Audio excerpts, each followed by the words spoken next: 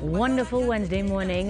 This is the Now Morning Show. I'm Ainka Williams, and sometimes when we think about the health and the wellness of a very being, we miss the part about our mental health.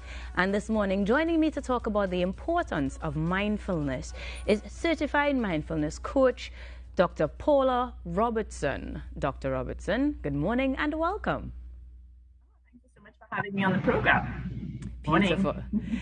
I am very happy to have you here because we have been taking our vitamins. We have been getting that rest and watching out for those pandemic problems. But a lot of the toll that is taken on us is not just on our body, but on our mind. So tell us, what exactly is mindfulness?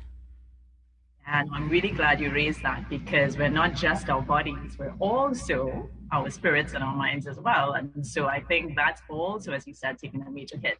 So mindfulness is defined in its simplest form as the art of being fully present in this moment. It just means really slowing down and noticing what's happening around and within you. And what often happens is that we are often in our own headspace. We're worried about, we do what's called mental mind travel. So we're worried about things that happened in the past, maybe that we should have said differently or done differently, or worrying about things that haven't even happened yet in the future. And we miss what's happening right here and now. Well, I'm definitely guilty of that, worrying about things in both past and future, so that it sounds really simple, being present. But I know my mind wanders and I can't be alone. So it's kind of a control thing then. Techniques perhaps that we could employ to manage that better? Yeah, so I like that idea. I mean, I teach mindfulness to kids, and what we talk about is the idea of the puppy mind or the monkey mind, that our minds can be a little bit like a puppy, you know, cute, adorable, runs around all over the place, doesn't do what you tell it to do, brings back things that you didn't ask it to bring back. And yes, and so our minds very often are very much like that, easily, especially now more than ever when there's so many distractions around us. It's really easy to get pulled in lots of different directions. But the good thing is that with practice, we call it with kind, repetition, and repeated gentle practices, we can train our mind. Our mind is a little bit like a muscle. So we can train our attention to keep focused, to keep coming back to the present moment. But it does take practice, yes. Well, hopefully we so I say will less control and more gentle practice. We will do some practicing this morning, but before we do that, let me ask then for you to distinguish the difference between mindfulness and, let's say, meditation, because it sounds considerably similar. Yeah, this question comes up a lot, and I like to answer it. And there is some overlap, but there are some key differences. A lot of meditation practices do, at their core, they're a little bit more active, generally. From that perspective, I usually mean that a lot of them are mainly about clearing the mind, or perhaps using something like a mantra, or training your brain or your mind to be cleared and to actively maybe focus on something.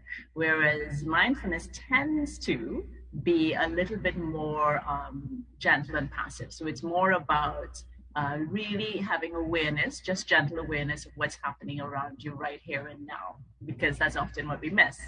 Now, having said that, there are some overlaps that do happen between the two. Okay. But that's one of the core differences. For me, the other thing is that mindfulness now in this current form is generally really secular. It's not a religion. And it isn't really about trying to convert anyone to a particular way of thinking or belief. But there is a lot of neuroscience or brain science behind it. So there's a lot that we know happens to the brain that becomes strengthened, especially our ability to focus and pay attention the more we practice. Well, let's get into some of that practice then. I wore my most comfortable clean shirt, and I think we should try some mindfulness.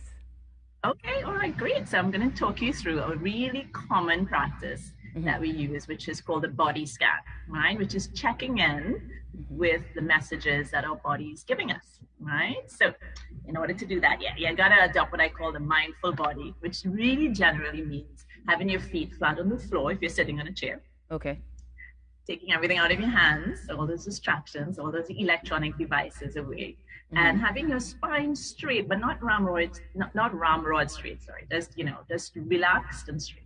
right? Okay. And if you're comfortable with it, what I usually invite you to do is to close your eyes, or if that's not available to you, you can look at a point on the floor or the table or the desk Eyes in are front of you. closed. Okay, good. All right. So the first thing we're going to do is just to take a minute to settle in. Just take a deep breath in and out. In again and out. Good. Just noticing any sounds around you, maybe in the studio where you are, or home, if you're at home. Right. And the first thing is think of your attention like a torchlight. And you're going to shine the torchlight on your feet, first of all. And see if you can feel any feelings or sensations in your toes, I can. the soles of your feet. And you notice your toes without moving them. Okay. It's going to move your attention, that torchlight, slowly up to your ankles, and Okay. to your shins and your calves, then up to your knees, the backs of your thighs, perhaps pressing into the chair, fronts of your legs, your sitting bones, your lower back,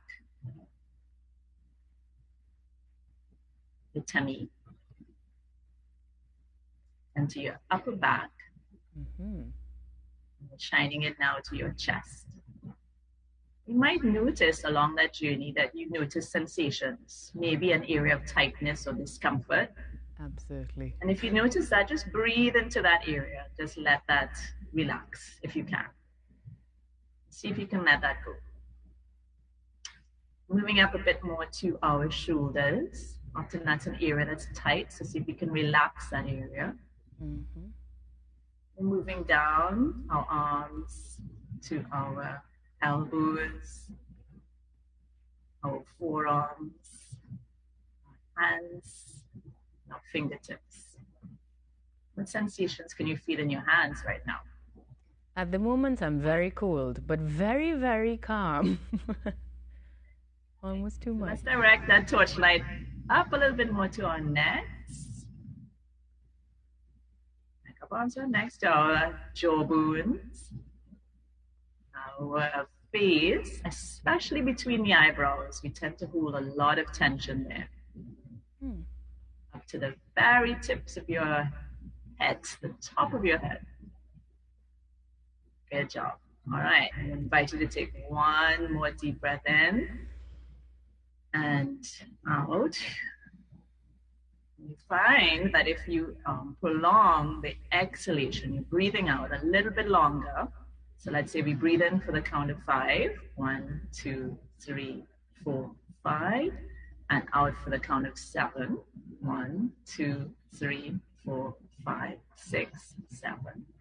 It gives our nervous system a powerful message telling us to calm down and we're not in danger. One last big breath in and out. And when you're ready, you can open your eyes. I've cheated a little bit. But I immediately realized that I started to think about things and had to calm myself down, and now I'm super chill this morning. Well, I'm glad you noticed that wandering, that puppy mind we talked about. So what we usually say is just when you notice that, that's good. That's part of the practice. It's just really important. Just gently bring it back to this current moment, to what you're doing now. And it gets easier the more you practice it. And as you see, it doesn't take long. It doesn't at all. And I will say that it felt a little odd at first. And at points, I felt very aware of myself in almost uncomfortable ways. But my coworkers were all practicing mindfulness with me as well. So even with the physical distancing, even if they're not on camera, and even if they look much less awkward than I did, we truly appreciated this morning's session. Wow, that was nice. I feel good. I know. Now, if we wanted to become more versed in mindfulness, perhaps there is a website or a social media page we can visit to get more tips, tricks, and more involved in mindfulness, I hope? Yes, yeah, absolutely. So I'm part of an organization called Mindful Kites, which stands for Knowing, Inspiring, Thinking, and Empowering Students. So we work to teach young people and adults about mindfulness. And so you can find out more on our website, www.mindfulkites.com. And we're also on Facebook as well. And if you'd like to email, it's info@mindfulkites.com. Dr. Paula Robertson, certified mindfulness coach, coming in this morning to enlighten us and getting us ready to take on the day. Thank you very, very much. We truly appreciate it. And we will be actively practicing more mindfulness as we continue to navigate this pandemic so that we have the mental fortitude to do so. Thank you very much for joining us this morning. Thank you. Have a good day. Guys, we are going to practice our mindfulness during the break. But when we come back, Raucous is going to have the next guest. And again, you don't want to miss this one. It's the Now Morning Show, Wednesday edition. Close your eyes and be mindful now.